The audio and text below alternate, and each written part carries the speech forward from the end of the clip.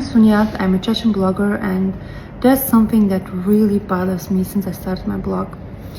And I think many other women will agree with me on this. It's men from other nations constantly contacting us, writing us, trying to get our attention, trying to get married to us.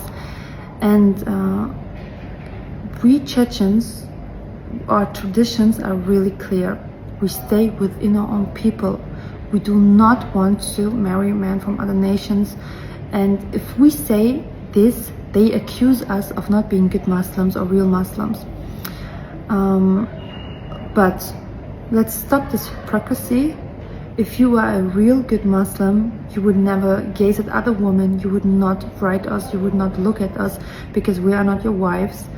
And you ignore the good Muslim woman next door because she has darker skin, darker hair, darker eyes, and you prefer a woman which is thousands of kilometers far from you just because she's lighter looking. This is not being a good Muslim at all. Try to be one and marry the woman next to your door from your own nation.